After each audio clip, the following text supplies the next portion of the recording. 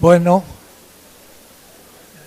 le damos hoy la bienvenida al doctor Boaventura de Sousa Santos en nuestra Universidad Autónoma de la Ciudad de México, como hemos ya acostumbrado en otros casos, un diálogo con grandes intelectuales críticos.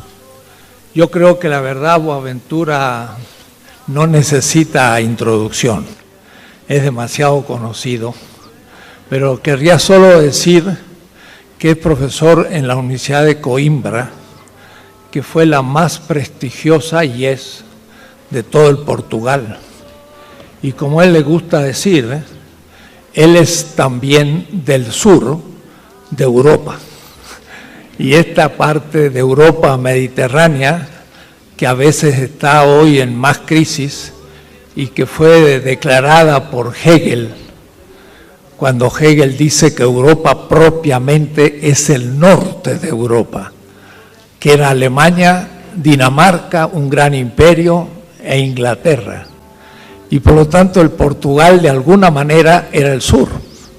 Entonces cuando habla Boaventura del sur tiene mucha autoridad, pero además porque sus trabajos y aún su tesis doctoral él la hizo contando con tres como pies, o es decir, gracias a un pueblo como el de Goa en la India, él pudo tomar contacto con el Asia que habla portugués y Angola, que es parte del África que habla portugués, y Brasil, que es parte de América Latina y habla portugués.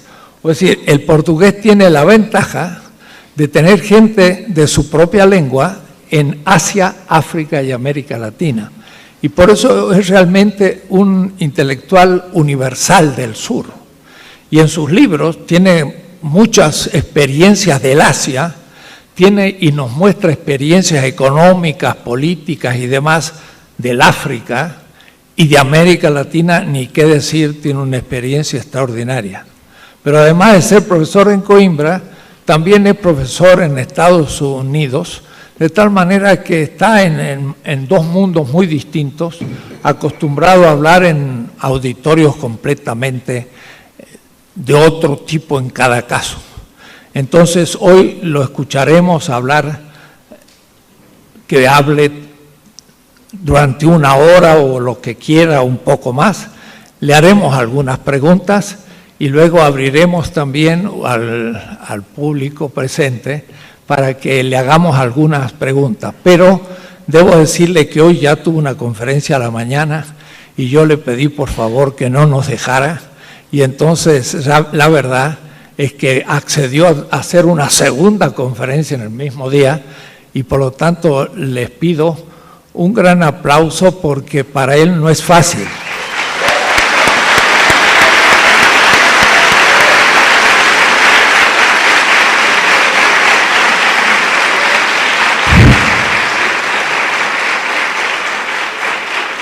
Le damos la palabra a Boaventura.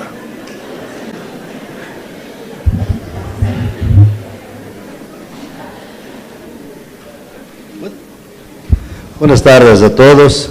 Es una gran alegría para mí estar aquí con ustedes, y ya vi amigos y amigas que están acá y que los conozco de otras ocasiones, algunos en otros encuentros, reuniones de movimientos sociales, Unitierre en San Cristóbal Las Casas, o sea, tenemos muchos amigos por acá. Y debo decirles que es para mí realmente una alegría estar con ustedes, porque yo pienso que ustedes, por una coyuntura propia de esta universidad, que no conozco bien, por supuesto, ustedes tienen un privilegio muy raro, que es tener un rector que es uno de los intelectuales más destacados del mundo, o sea, no en Latinoamérica, del mundo.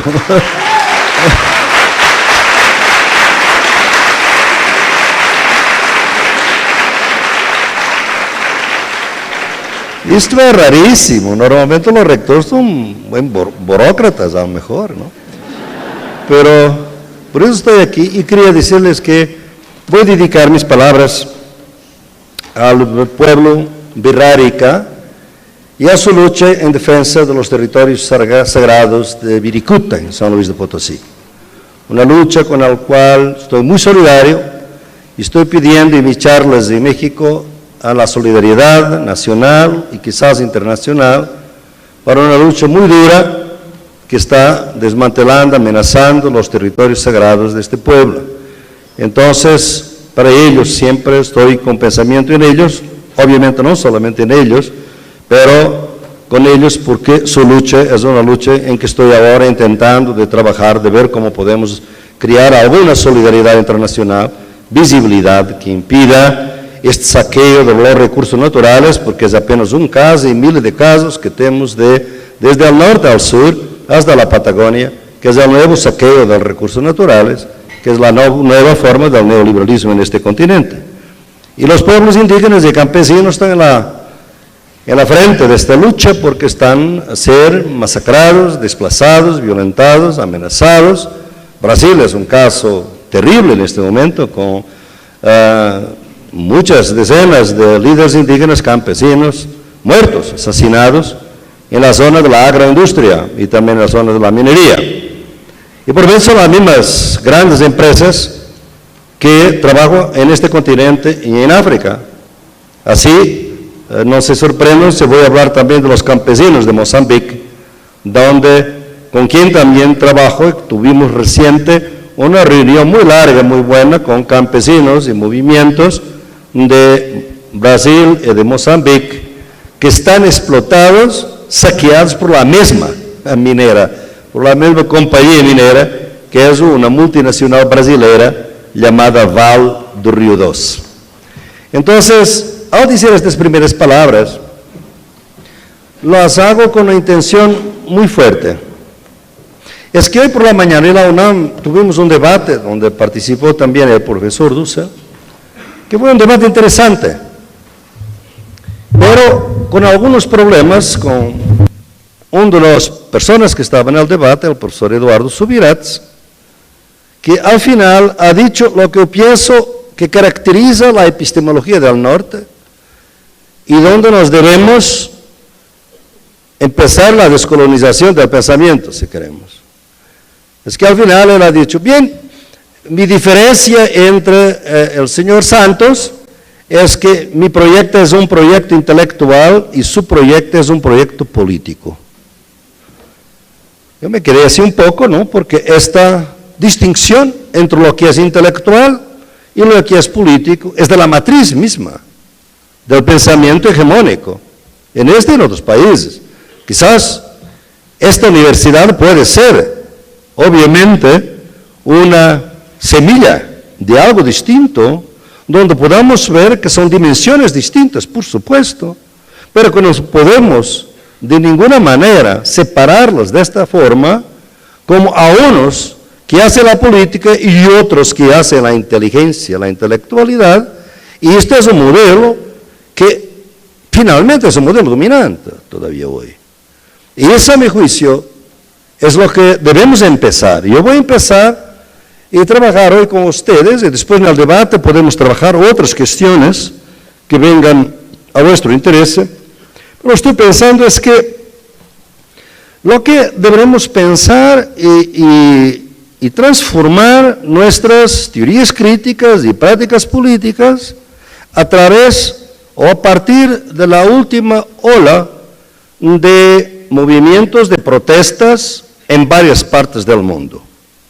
Se dice normalmente que hay momentos del mundo que son momentos revolucionarios. Claro que es muy difícil definir lo que es un momento revolucionario, quizás todos lo son, y quizás por los resultados acaban por no serlo. 1789, Revolución Francesa, por supuesto.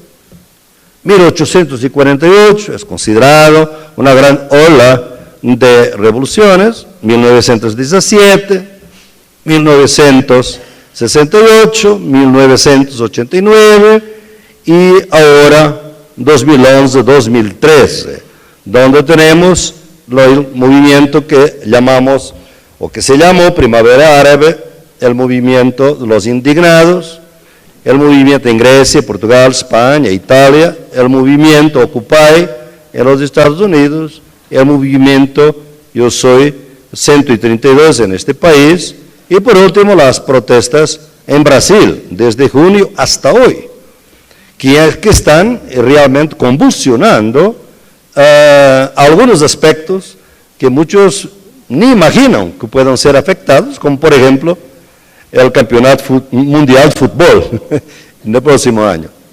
Entonces, estos momentos, quizás este momento, no sabemos que la teoría crítica siempre cambia cuando hay convulsiones. ¿Por qué? Porque el pensamiento crítico, digamos, es un pensamiento muy preocupado con las relaciones de poder desigual, por supuesto, en nuestras sociedades.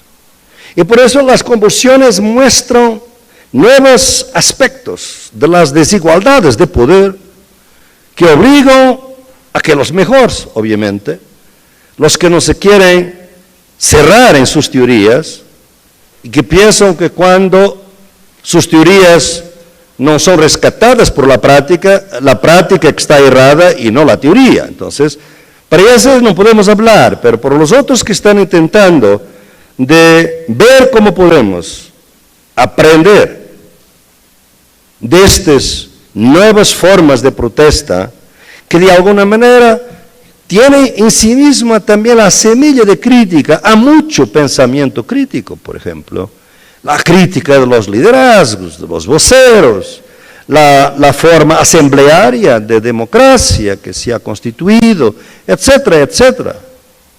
Son muchas características, y como la teoría crítica normalmente parte de una doble idea que es memoria y anticipación. Nosotros que estamos en un pensamiento que rescata la posibilidad de una emancipación de los pueblos, liberación de los pueblos, piensa siempre en términos de memoria y en términos de anticipación.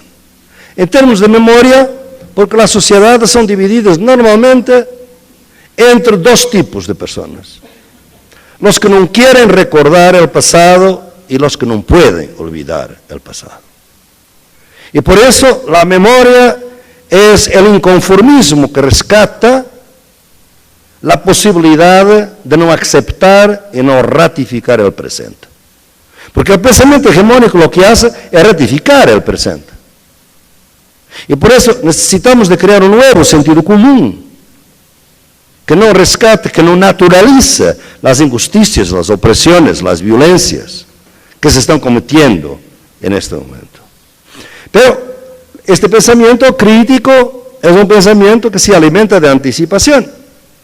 O sea, la idea de que nosotros, los pueblos, los oprimidos, los excluidos, todos los que han sufrido de una manera sistemática las violencias y las injusticias del capitalismo, colonialismo y patriarcado, merecen un futuro mejor.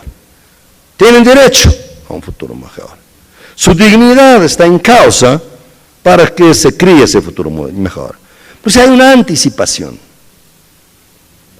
Y esa anticipación ha sido siempre la parte que le gusta más al pensamiento crítico que en el pasado se llamaba de vanguardia, porque era lo que estaba diciendo cuál es el modelo para donde vamos. Y por eso ese modelo es una anticipación. Bien, lo que esta nueva ola de protestas, movimientos, no le llamamos movimientos, llamamos presencias colectivas de gente que durante mucho tiempo, mismo la teoría crítica, desprezó.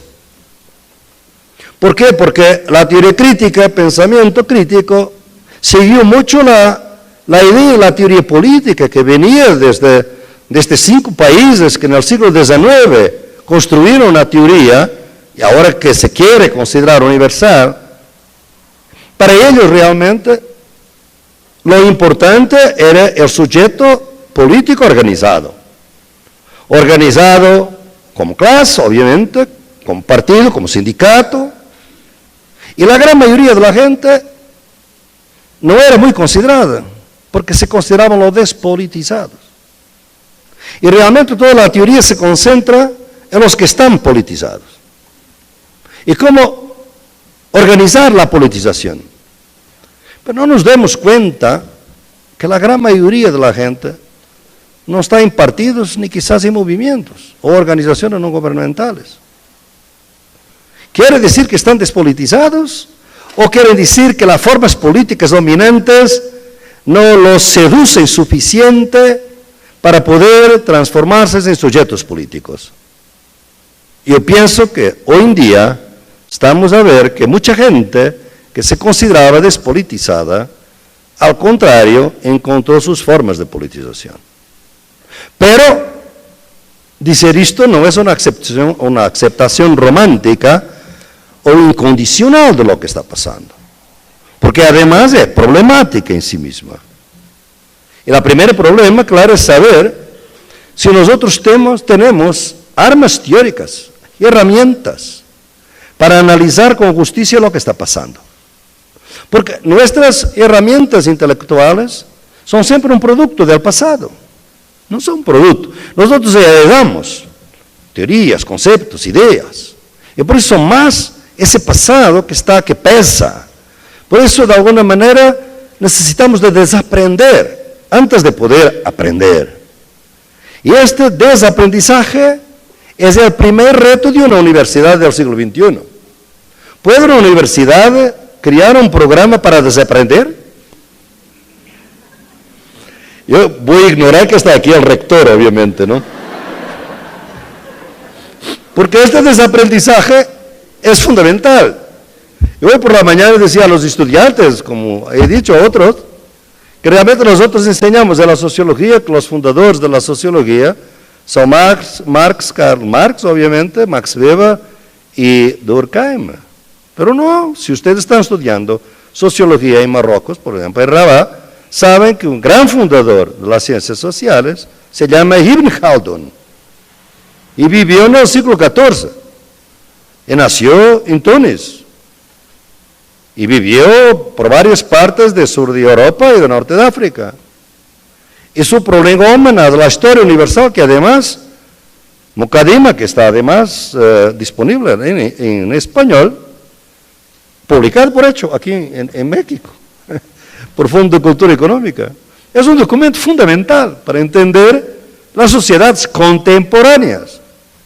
A veces una colega de Marruecos me decía, a poco está haciendo un trabajo muy interesante para mostrar que Emile Durkheim fue a buscar los conceptos de solidaridad orgánica y mecánica a Ibn Khaldun. Porque Ibn Khaldun había sido traducido al francés en el siglo XIX. Esta historia no queda contada en nuestros cursos, ¿no? Como no es contada muchas otras historias. Por ejemplo, consideramos que Bolonia es la universidad más vieja del mundo. Mentira. La universidad más vieja del mundo es Tombuctú, siglo IX, Mali, en Tombuctú. La gran escuela de enseñanza del mundo árabe, mucho más avanzada que todo más y después la Universidad Al-Azhar en Egipcio. Las otras surgen siglos más tarde. Y claro, no sabemos eso, no voy a hablar de eso porque ustedes tienen aquí al maestro de estos temas.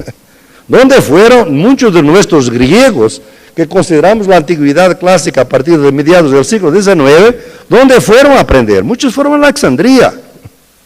Muchos eran mucho más oscuros que nosotros pensamos. Fueron blanqueados, obviamente, a partir del siglo XIX. Entonces, yo he hecho un esfuerzo para desmonumentalizar las ciencias sociales, no para decir que están totalmente para descartar, no. Todo mi trabajo es para no desperdiciar experiencia. Entonces, esa experiencia puede tener interesantes novedades y puede ser útil, pero no puede ser la única manera de aceptar las cosas. Y hoy también decía a los estudiantes por la mañana que todos los conceptos de las ciencias sociales, y el marxismo por veces hace lo mismo, pone la gran parte de la población del mundo en el lado errado de la historia.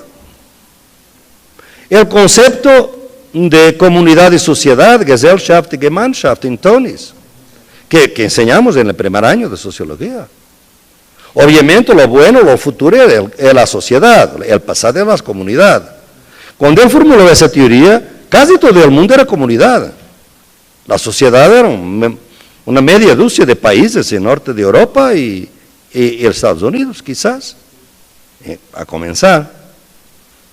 Los tipos ideales de Max Weber, que todos ustedes aprenden, vean claramente como los conceptos de familia, de Estado y de propiedad, las realidades sociales nunca son tipos ideales, porque no pueden, aproximan-se.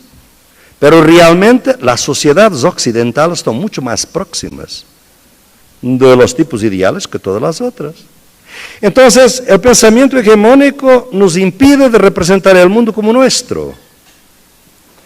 La gente acaba por ser representada como objeto epistemológico, no como sujeto epistemológico. Y ese cambio es importante, porque si yo no represento el mundo como mío, tampoco lo puedo transformar. Porque estoy al servicio de otros, me siento de alguna manera exilado dentro de mi casa, que es el mundo. Podemos crear una otra perspectiva. A veces se critica la idea de las epistemologías del sur, que al final es una simetría. Hay epistemologías del norte y ahora van a crear las epistemologías del sur. No. Las epistemologías del sur existen para que no sean necesarias dentro de poco tiempo. Para que no sea necesario haber un sur, porque hay un norte, por supuesto. Pero eso no va a depender de la inteligencia de los teóricos. Va a depender de las políticas, las prácticas políticas y las luchas de la gente. ¿Qué nos dicen estos movimientos que están por ahí y cuáles son sus límites? Porque en algunos momentos se crea un gran drama, revolucionario quizás, y después las consecuencias, unos años más tarde, son pequeñas. Mire, 1848. Nace un movimiento en Francia y se espalla por toda Europa, en cuestión de meses. No había Facebook. Y se espalló. Una ola de revoluciones. Sus resultados no fueron muy fuertes. Realmente vino al contrario una grande derecha reaccionaria en Europa en los años siguientes. Entonces hubo un entusiasmo y ese entusiasmo se mostró. Por eso, cuando nosotros empezamos este trabajo de entender a través de una epistemología de cuidado que parte con los movimientos, organizaciones que están en la calle, en las plazas, porque son los únicos espacios públicos que no están colonizados por los mercados financieros, y pues donde la gente puede estar, pero donde es muy difícil hacer formulación política. Y aquí tenemos un primer tema, es cómo hacer hoy en día formulación política. Yo uso normalmente como tema general de este momento histórico, como las revoluciones de la indignación. Es un concepto que viene de Spinoza, la indignación, no voy a entrar en eso, pero lo que yo quiero subrayar es que lo que es característico de estos conjuntos es que son mucho más fuertes en la negatividad do que en la positividad. O sea, son protestas, presencias colectivas que saben muy bien lo que no quieren, pero están muy inseguros sobre lo que quieren. Lo que no quieren es esta democracia, porque esta democracia fue ocupada por antidemócratas, porque la democracia representativa fue derrotada por el capitalismo, históricamente está derrotada. Está derrotada en Europa, donde se pensaba que era el país donde había un capitalismo democrático. Quizás no se nota tanto en algunos países, estoy en Bolivia, Ecuador o en Brasil, pero la dinámica global es la derrota de la democracia representativa por el capitalismo. El capitalismo realmente está a poner límites al ejercicio democrático liberal más que antes, de tal manera que mismo la democracia liberal, que es muy limitada, porque es una isla de democracia en un archipiélago de despotismos, en la economía, muchas veces en la comunidad, en la vida urbana, mismo esa está tan espaciada que parece más como un espacio vacío, sin significado, con dos patologías muy fundas, muy fuertes.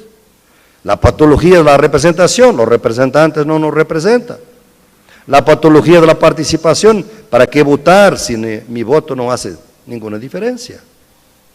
Entonces, este es un momento fuerte de negatividad. Y curiosamente, nos vemos, y voy a mostrar que hay diferencias entre las diferentes genealogías de los movimientos, hay en todos todavía una idea de una democracia real. Y esto no se imagina. Al final del siglo XIX, cuando los jóvenes también, en ciudades como Chicago, París, Moscú, se organizaban, ahí el movimiento anarquista tenía un papel muy importante en ese entonces. No se imaginaba que democracia real pudiera ser parte del imaginario de jóvenes. Porque la democracia era una cosa totalmente oligárquica, elitística, sin significado. Pero en el siglo XX, a pesar de todas las derrotas, hubo algunas conquistas. Mucha muerte, mucha violencia, pero se conquistaron algunos derechos. Se habla a veces que el sur es muy violento. Esta es la teoría de los derechos humanos. Los derechos humanos son respetados en el norte, el sur es problemático. ¿Ustedes saben cuántos millones de personas murieron en la Segunda Guerra Mundial en Europa? Entre 60 millones y 85 millones. Nunca un acontecimiento histórico en ninguna parte del mundo fue tan violento como esto. Entonces, ¿qué lecciones puede este norte dar al sur? Realmente hay un sentimiento de agotamiento que está muy claro en todas esas protestas. Es que no hay soluciones dentro de este marco hegemónico. Y tampoco hay una gran capacidad para aprender desde el sur. Del sur que es una mezcla, obviamente. El sur que hablamos es el sur antiimperial, porque en el sur, obviamente, hoy después podemos discutir los diferentes conceptos del sur, que obviamente no es de manera ninguna geográfica, es geopolítica, es una metáfora espacial, como dice Enrique Dussel, y como digo, es una metáfora de la validación y construcción de conocimiento a partir de las perspectivas de los que han sufrido las injusticias del capitalismo, colonialismo y patriarcado. Es un conocimiento nacido en la lucha. Y ese conocimiento también tiene mucha dificultad, y esta es la segunda dificultad para la universidad del siglo XXI. Porque la universidad es el lugar donde está el conocimiento de los vencedores. El conocimiento de los vencidos casi nunca entra en la universidad. Porque ese es el conocimiento nacido en la lucha. Los que perdieron fueron olvidados. Los africanos tienen un proverbio muy interesante. La historia de África fue contada por el cazador. Es tiempo que sea contada por el leopardo, lo que fue cazado. O sea, otra perspectiva, digamos así, que nos ayude a pensar exactamente por dónde podemos entrar. Entonces, ¿cómo hacer con que este conocimiento nacido en la lucha pueda ser reconocido como tal? La gran invención de la modernidad, las universidades, fue esta capacidad de crear ideas revolucionarias en instituciones reaccionarias. De alguna manera eso significa un poco, con todas las contradicciones de la universidad. Yo pienso que la universidad del siglo XXI tiene que romper con eso. Y por eso no puede ser, y me alegra estar aquí porque veo que ustedes están haciendo un esfuerzo para que no sea así. La segunda gran idea de todos estos procesos es que luchan contra una desigualdad brutal en nuestras sociedades. Ustedes imaginan que la concentración del poder económico nunca ha sido tan grande. Ustedes saben que millones y millones de personas del mundo tienen menos renta que el señor Carlos Slim. saben que nunca hubo tanta concentración. Y nunca el poder se disfrazó tanto de fragmentario, de anónimo. Podemos hablar de este señor o de otros señores, pero lo que se habla es de los mercados, la reacción de los mercados. De los especuladores, nombres no conocemos. No sabemos, por ejemplo, que este país puede ser arruinado, como mi país está siendo arruinado, España, a través de especulación financiera. De un día al otro la deuda aumenta, sin que nada pase en la realidad, sino que los especuladores están realmente apostando en la bancarrota de estos países. Fue así que Grecia entró en casi bancarrota.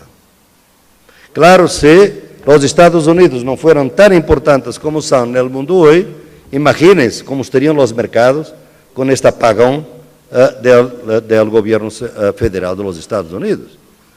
Su rating, la anotación, su crédito internacional de los Estados Unidos debería estar en la basura. Pero no, mismo hoy tiene 3 As. ¿Por qué? Por las agencias de notación son americanas, obviamente. Pero pueden lanzar Grecia en la basura, pueden lanzar México en la basura, pueden lanzar Portugal en la basura. Entonces, pienso que este sistema de tanta desigualdad brutal, de una concentración de poder, que este es muy claro en todos estos protestos, es una concentración donde de la dialéctica del señor y del esclavo, de Hegel, parece que tiene que ser reinventada.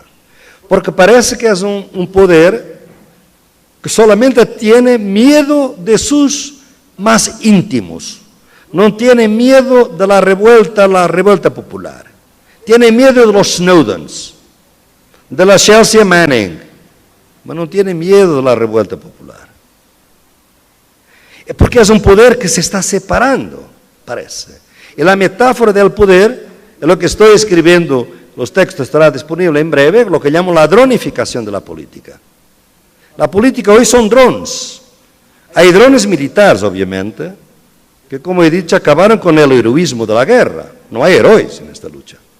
Son drones que matan, que destruyen familias, casamientos, funerales, inocentes, pero que crean una distancia total entre el agresor y el agredido. Pero los rescates bancarios son drones en el bolsillo de los ciudadanos. De un día al otro hay una transferencia de riqueza enorme de los ciudadanos comunes a los bancos para rescatar los bancos. Es un dron. Porque es un poder tan fuerte que realmente ni imaginamos cómo nos están robando, básicamente. El mundo hoy es un robo institucionalizado. Eso es lo que es el neoliberalismo en este momento. Por otro lado, hay drones de información. Se crea la idea de que Irak tiene armas masivas de destrucción masiva. Y entonces, toda la prensa internacional, armas de destrucción masiva. Es un drone informático de información. Y ahora se estaba intentando de crear uno de las armas químicas de Siria, olvidando que los Estados Unidos usan armas químicas todos los días en Afganistán. Los misiles de fósforo blanco son armas químicas consideradas por la ONU, todos los días usadas. Pero Siria tiene armas químicas y por eso hay que invadirla. Entonces, este cinismo de un poder que se disfraza de esta forma, que está creando una forma de apartheid global, que tiene estas dos metáforas. Por un lado, los drones. Por otro lado, los condominios cerrados, donde hoy los super ricos se protegen de todo. Se protegen incluso de la polución. Se está mercantilizando el aire hoy en día. Por eso nosotros tenemos que luchar por un derecho fundamental al aire. Porque en estos proyectos de condominios cerrados, parte del valor de la propiedad viene del aire puro. Obviamente, huir a la polución que produce sus empresas y sus ideas. Entonces, esta idea que hubo una ocupación de la democracia, de los procesos institucionales, nos puso en un momento pós-institucional. Hay una extrainstitucionalidad desde arriba. Guantánamo es quizás la forma más obvia de esta extrainstitucionalidad. La manera como se distribuyó el cuerpo de Osama Bin Laden, no solo cómo lo mataron, mas cómo también se distribuyó el cuerpo, con violación de todas las convenciones de Ginebra, de la guerra, es un acto de extrainstitucionalidad desde arriba, a una impunidad enorme en este momento.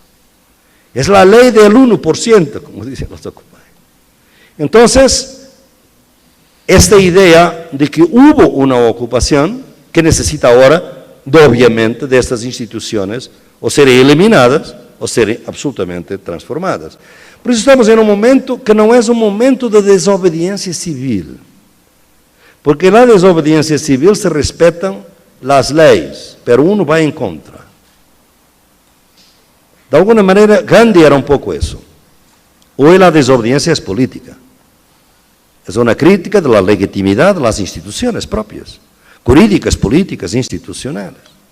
Entonces, este momento en que estamos, que es una ruptura de alguna manera con muchas de las tradiciones, tiene diferentes formas de expresarse, porque están siendo un momento post-institucional, están, digamos, con genealogías distintas.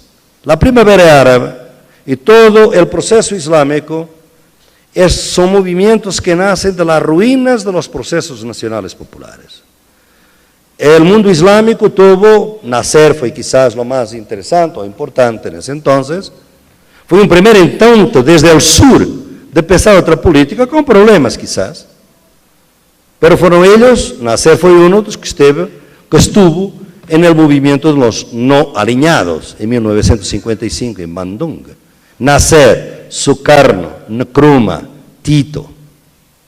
Fue esta gente que estaba intentando de crear una otra identidad política en el mundo y que ahí crearon la posibilidad de una otra modernización islámica que venía de una tradición ancestral muy fuerte.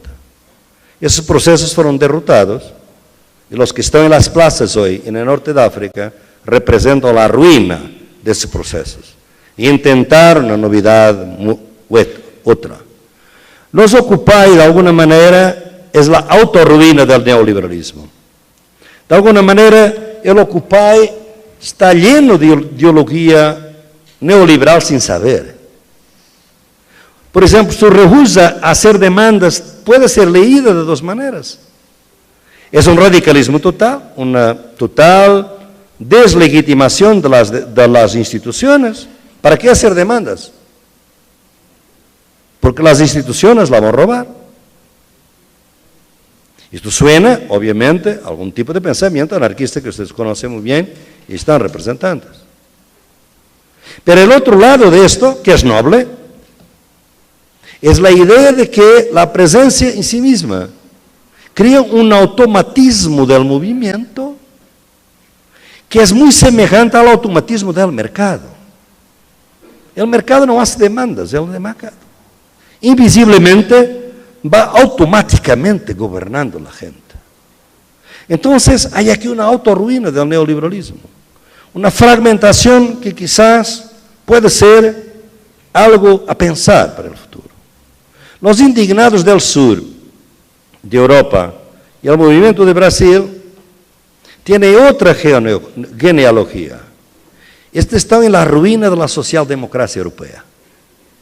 La idea que realmente se podía democratizar el capitalismo a través de educación pública, salud pública, derechos sociales y económicos fuertes, una cierta articulación entre productividad y protección social, procesos universales, no como los que están intentando aquí en México o mismo en Brasil, que son condicionados a los rendimentos, a las rentas de las personas. Y hay una ruina de este proceso. Y hay una creencia que se puede reconstruir ese proceso, el estado de bienestar. Y quizá no se puede. Pero ¿cómo vamos a inventar un mundo más justo a partir de estas ruinas? Son ruinas distintas. Hay que crear una acción política, un pensamiento político que sea capaz de captar y celebrar esta diversidad. Nadie tiene la receta hoy para resolver los problemas del mundo. No es mismo como costumo decir, no necesitamos de una teoría general, necesitamos de la imposibilidad de una teoría general sobre la imposibilidad de la teoría general. O sea, sabemos que no tenemos las recetas y que quizás nuestros esfuerzos teóricos tienen que ir no en la vanguardia, sino en la retaguardia, con los movimientos, organizaciones y las protestas. Porque quizás tenemos que aprender cada vez más a conectarnos con el imaginario de la gente en general. Y que en este continente, Enrique lo mencionaba esta mañana, y que es muy verdad, muchas veces el imaginario nacional, popular, indígena sobre todo, se quedó por de fuera del movimiento crítico, de la teoría crítica. Y ustedes saben lo que pasó con José María Mariátegui en 1935, cuando él osó decir que los indígenas eran parte del bloque, digamos, revolucionario de América Latina. La gente del Comintern de Moscú vino a Lima, imagínense, en ese entonces, venir de Moscú a Lima, es algo muy fuerte, no es un avión de pocas horas, ¿no? Para decir a José María Mariátegui que él era un romántico, porque la revolución era la clase obrera, los indígenas eran un residuo del pasado, era un grupo reaccionario, no revolucionario. Y claro, Mariátegui podría ser asesinado. El hecho de que ese hombre era muy débil, una enfermedad muy grande, y a los 35 años murió. Pero un gran marxista que intentó ser contemporáneo de su tiempo, de su contexto, que no era obviamente el contexto del British Museum de Karl Marx, era otro. Y por eso osó decir eso. Entonces, el significado de estas luchas tiene algo de muy diverso, digamos, que está en esta idea que hoy tenemos: la opresión no cría homogeneidad, al contrario, puede criar fragmentación. Y por eso hay que crear nuevas formas de crear alianzas para podermos capacitarnos nuestras luchas, y es eso que es el límite de este momento revolucionario, si lo queremos llamar así, y es obviamente cuestionable, es que realmente su capacidad de crear alianzas es pequeño, es limitado. Porque la gente está con una gran preocupación de la identidad de su movimiento, de su organización. Y cuando tú estás demasiado preocupado con tu identidad, rápidamente el otro se transforma en el enemigo.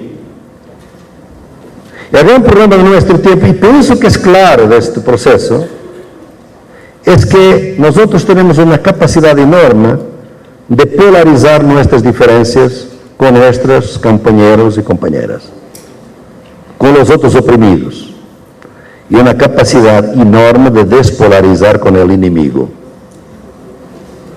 Y por eso por veces traicionamos, porque nos dejamos de seducir por el opresor, pero al mismo tiempo polarizamos, dividimos y transformamos al compañero y la compañera en un enemigo. Y por eso, si queremos organizar luchas sociales, que es mi objetivo, es político de hecho, ¿cómo creo alianzas si no hay un comité central que me diga? Y en mi trabajo he visto, por ejemplo, los prejuicios entre el movimiento de las mujeres y el movimiento de los indígenas. ¿Cómo podemos contar las luchas con tanto prejuicio? Con los indígenas diciendo que las mujeres feministas son todas lesbianas, y que las mujeres feministas diciendo que los indígenas son los más machistas, mucho más que los blancos.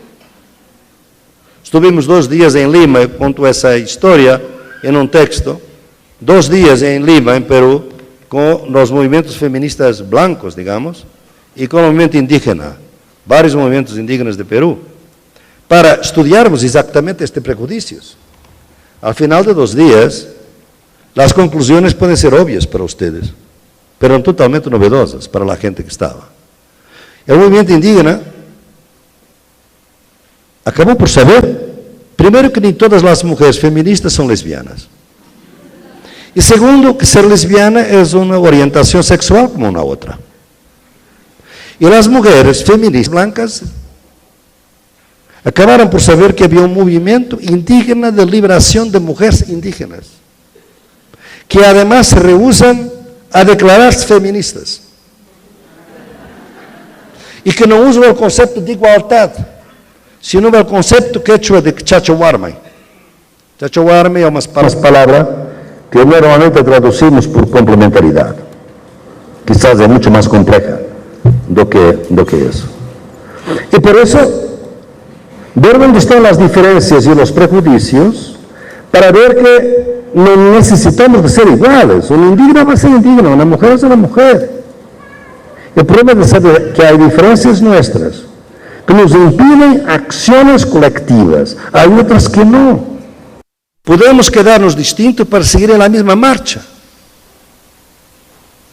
Hace poco tiempo, cuando estaba en Mozambique con las mujeres y los campesinos en lucha por la tierra, la gran conclusión después de 2 días de trabajo fue la mujer que es la dirigente del Foro Mujer, que es ahora la presidenta internacional de la Marcha Mundial de las Mujeres, uno de los movimientos más interesantes hoy en día en el mundo. Esta señora, esta mujer, vino al final y dijo, en la prensa, rueda de prensa, de aquí adelante, yo sé que la lucha por la tierra no es una lucha de campesinos, es una lucha de las mujeres de este país. O sea, crear la idea de que la lucha ajena es también la lucha propia. Y por eso, en el trabajo que hago, ustedes conocen algunos, de la teoría de la traducción intercultural, es exactamente para terminarmos un poco con la concepción propietaria de la política, para podermos compartir nuestras diferencias, despolarizando lo que es posible, porque nunca se traduce todo y ni todo es igual. Tenemos diferencias y algunas tienen que ser debatidas, todas tienen que ser debatidas, y algunas nos impiden de colaborar, pero no todas, porque hay trayectorias. Por ejemplo, yo trabajo con 3 movimientos que luchan por la tierra en el continente latinoamericano y que casi nunca se hablan y muchas veces se enfrentan.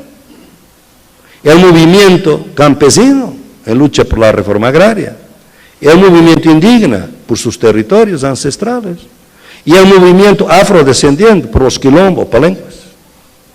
3 historias de tierra. Una que viene del Estado, tiene una adoración política del Estado independiente de estos países, del Estado de la reforma agraria, los campesinos. Los afrodescendientes es el tiempo de la esclavitud. El tiempo de los indígenas es el tiempo histórico de la conquista. 3 tiempos históricos, 3 concepciones muy distintas de tierra y de territorio. Pero es posible que podamos unir las luchas, sobre todo cuando pensamos que uno de los derechos fundamentales del siglo XXI va a ser el derecho al agua y a la tierra. Esos son los grandes derechos. Olvidemos otros. El saqueo de las riquezas de recursos naturales está ahí. Y por eso hay mucha lucha que tiene que ser entendida desde las epistemologías del sur como siendo una sociología de emergencias, como digo. Por ejemplo, la concepción indígena de Pachamama o de Madre Tierra, que está ahí en la Constitución de Ecuador y en Bolivia de alguna manera también. Como un ser viviente, que no es un recurso natural, no es algo inerte, que no es un objeto de derechos, pero sino un sujeto de derechos. ¿Esta es una cosmovisión indígena? ¿Esto interesa solamente a los indígenas? No, interesa a todo el mundo. Esta es la emergencia, es amplificar simbólicamente la lucha. La lucha de la Parota, por ejemplo, contra la represa, es una lucha que no es simplemente para campesinos o indígenas. Es una lucha que está mostrando que necesitamos una otra matriz energética en nuestros países, porque esta va a destruir el planeta. Las Naciones Unidas dicen que dentro de poco tiempo, 10% de los países de la ONU van a tener problemas territoriales graves debido al calentamiento global. O sea, van a perder territorio por la subida del nivel del mar. Entonces, estas luchas que parten de otras cosmovisiones tienen que tener un espacio en nuestro conocimiento, porque ellas son importantes no para los grupos que están en la lucha, pero sino para todos. Pero como vamos a crear esta idea, que la lucha indígena es una lucha nuestra, de todas las mujeres, de los ecologistas, derechos humanos, de los anarquistas, de los zapatistas, y eso es más claro, obviamente, por ahí. Entonces, tenemos muchas diferencias. Yo no quiero minimizar las diferencias de ninguna manera. O que yo quiero, de alguna manera, es que nosotros pensemos que para construir la contrahegemonía, un bloque histórico encontra un poder tan fuerte como este en que nos encontramos en este momento, necesitamos de ser más creativos, más imaginativos, de desaprender algunas cosas que vinieron de nuestras teorías anteriores, sin pérdida de identidad, pero creando otras posibilidades a partir de otras formas de pensamiento. Y a eso a que llamo una ecología de saberes. Es la posibilidad de juntar, por ejemplo, conocimiento científico con conocimiento popular de los movimientos. Gran parte de la población del mundo vive sin acceso al conocimiento científico, con su propio conocimiento. Es posible hacer ecología de saber. ¿Qué reto es ese para una universidad? La universidad está centrada exclusivamente en el saber científico. Hay que traer el saber popular para dentro de la universidad. Esto es lo que llamo extensión al revés. No es llevar la universidad para afuera, es traer lo que está afuera para dentro de la universidad. Y eso obviamente es muy complejo, porque nuestros programas de estudio fueron organizados en contra de la ecología de saberes.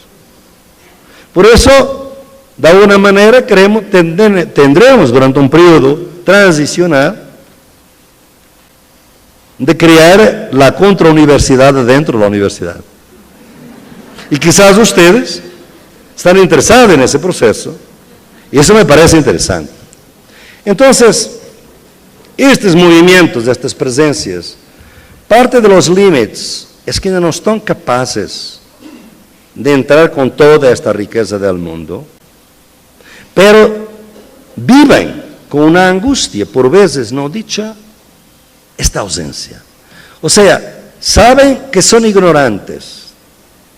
Y eso ya es una cosa muy importante. Que las teorías con que aprendieron hasta ahora no les sirven. Quizás están muy inseguros, pero están señalando en 4 grandes áreas. Son las áreas donde yo pienso que va a haber una transformación y que esta diversidad de los procesos y de las protestas nos obligan a una creatividad de prácticas políticas que es difícil realmente de organizar. Yo distingo 2 tipos de políticas que vamos a entrar en las próximas décadas, quizás estamos ahí entrando. Una es lo que llamo una política prefigurativa, es la política de las zonas liberadas. Nosotros tenemos que crear zonas liberadas dentro de la sociedad, donde sea posible otra manera de vivir, de organizar la vida, de democratizar la vida, la economía. Hoy en día, aquí, en nuestra sociedad, nosotros nos acostumbramos dentro de un marco, digamos, de lucha guerrillera, de hablar de zonas liberadas. Las zonas liberadas hoy están en el medio urbano, donde pueden estar, algunas son ilegales, otras pueden ser alegales, otras pueden ser legales. Pero crear, inventar el futuro hoy. ¿Por qué? Porque una de las trampas del neoliberalismo es paralizar totalmente la imaginación del futuro. Muchos jóvenes, no estoy hablando de ustedes, pero muchos jóvenes hoy, que pasan la vida entre el Facebook y el centro comercial, no imagino que haya una alternativa a este tipo de vida.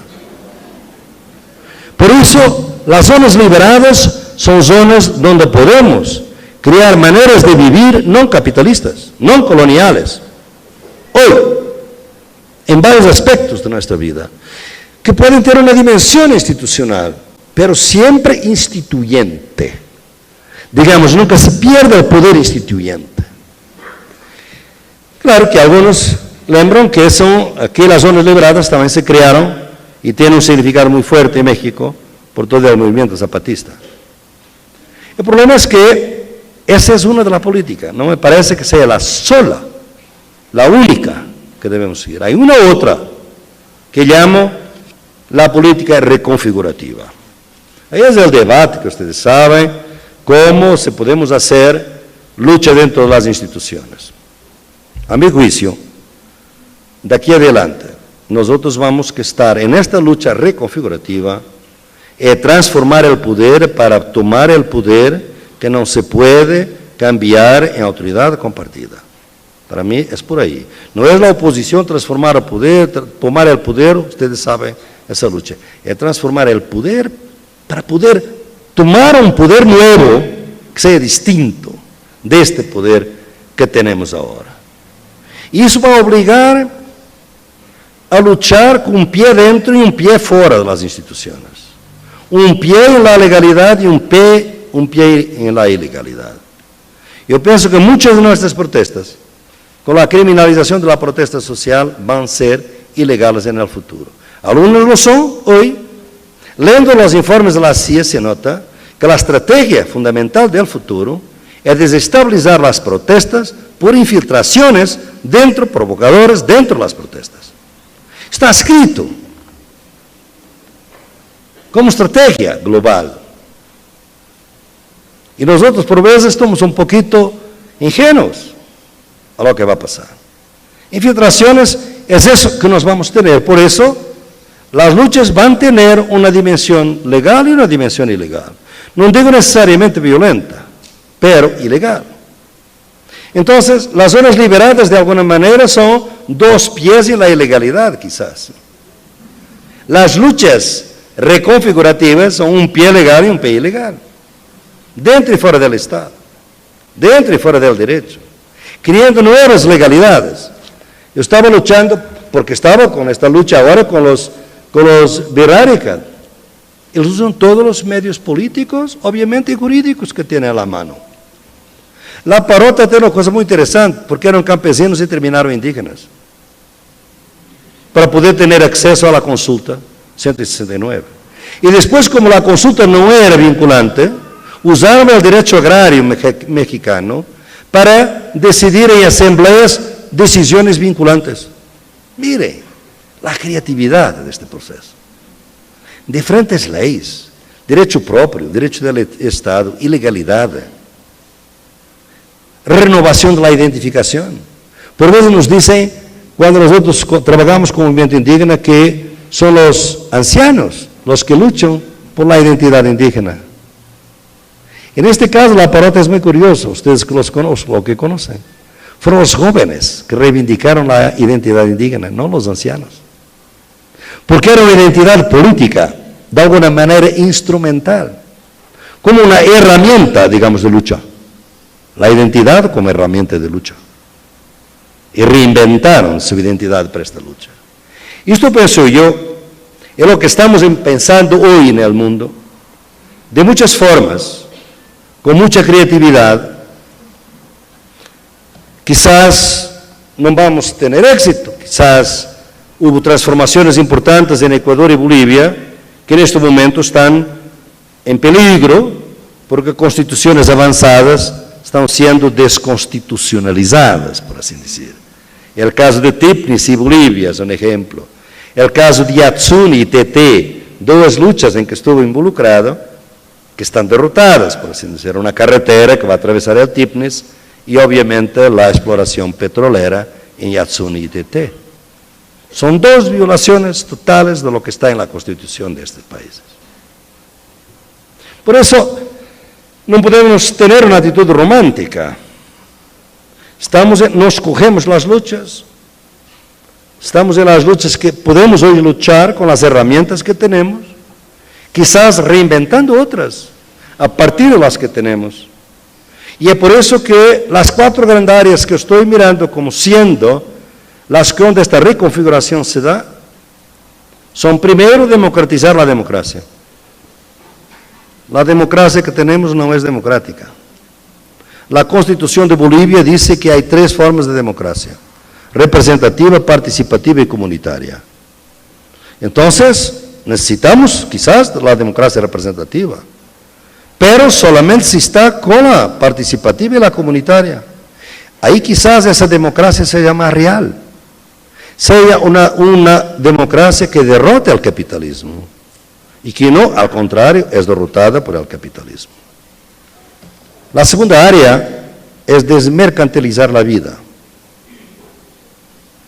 porque lo que está haciendo el neoliberalismo con esta obsesión de la privatización es para retirar dominios de deliberación política y transformarlos en mercado. Si privatiza la educación, deja de ser una cuestión política para ser una cuestión de mercado. Si privatiza la salud, deja de ser política para ser mercado. Esta es la despolitización. Y por eso se está despolitizando como se hace con la tierra, con el agua, con la privatización del agua, con la privatización del aire. Por eso esta lucha es por ampliar los campos de deliberación política, y eso se hace desmercantilizando parte de la vida. El concepto de suma causa, que está en la Constitución de Ecuador, es muy rico en ese aspecto. La tercera área es descolonizar el pensamiento y la convivencia. Nosotros seguimos hoy todavía, y eso es más familiar con ustedes, con formas coloniales de convivencia. Nuestras universidades, nuestras escuelas, tienen que hacer un esfuerzo muy grande para atraer la diversidad étnico-cultural de nuestros países. En algunos, aquí no tanto, y aquí he sido feliz ahí por estar aquí, pero realmente basta mirar el auditorio para saber la discriminación social por la color de las personas. O sea, hay racismo, hay colonialismo, no solamente en el pensamiento, pero en la mente. Todos nosotros nos declaramos que somos antirracistas, pero si no pasa en la familia, porque si la hija va a casar con una persona de otro color, ya es un problema, ¿no? Va a causar algún disturbio, etc. Somos en general todos antirracistas. En la práctica muchas veces somos racistas. Brasil llevó mucho más de 100 años a descubrir que era una sociedad racista. Hoy hay acción afirmativa para indígenas y para afro-brasileños. Esta es una área que pienso que tenemos mucho que hacer en la ciencia, en el conocimiento, en las universidades, en la vida, en el empleo. Y finalmente, yo pienso que estas 4 áreas necesitan una reforma total de la política y del Estado. Y aquí es un enfrentamiento grande teórico, porque algunas corrientes piensan que el Estado lo mejor es dejar de lado. Pero yo pienso que al contrario, el Estado puede ser un novísimo movimiento social, porque veo que los movimientos son ambiguos. ¿Qué fueron los pactos de San Andrés, sino un intento de cambiar el Estado mexicano? No fue una lucha fuera del Estado, fue una lucha dentro del Estado. Fracasó. Ahora, pero es un campo de lucha. Y ahora hay que luchar fuera, como digo, un pie fuera y un pie adentro. Sin dogmatismos, sin tener la certeza, porque este momento es un momento de incertidumbre, pero no de desesperanza, al contrario. Y por eso pienso que esto que les propongo no es de manera ninguna teoría heroica, es una teoría de vanguardia, no, es una teoría de retaguardias, es analizar un poco la diversidad y cómo podemos ir intentando de crear alianzas que creen el temor de la revolución popular, porque hoy el problema es que el capitalismo no tiene miedo, siente que no tiene que tener miedo, y tiene que volver a tener miedo. Y ese es un proceso histórico en que estamos, y solamente con eso vamos realmente encontrar un proceso como termino de realmente un proceso de vida digna después de la barbarie del progreso y del progreso de la barbarie del neoliberalismo. Solamente así podemos construir una sociedad digna de todos nosotros. Muchas gracias.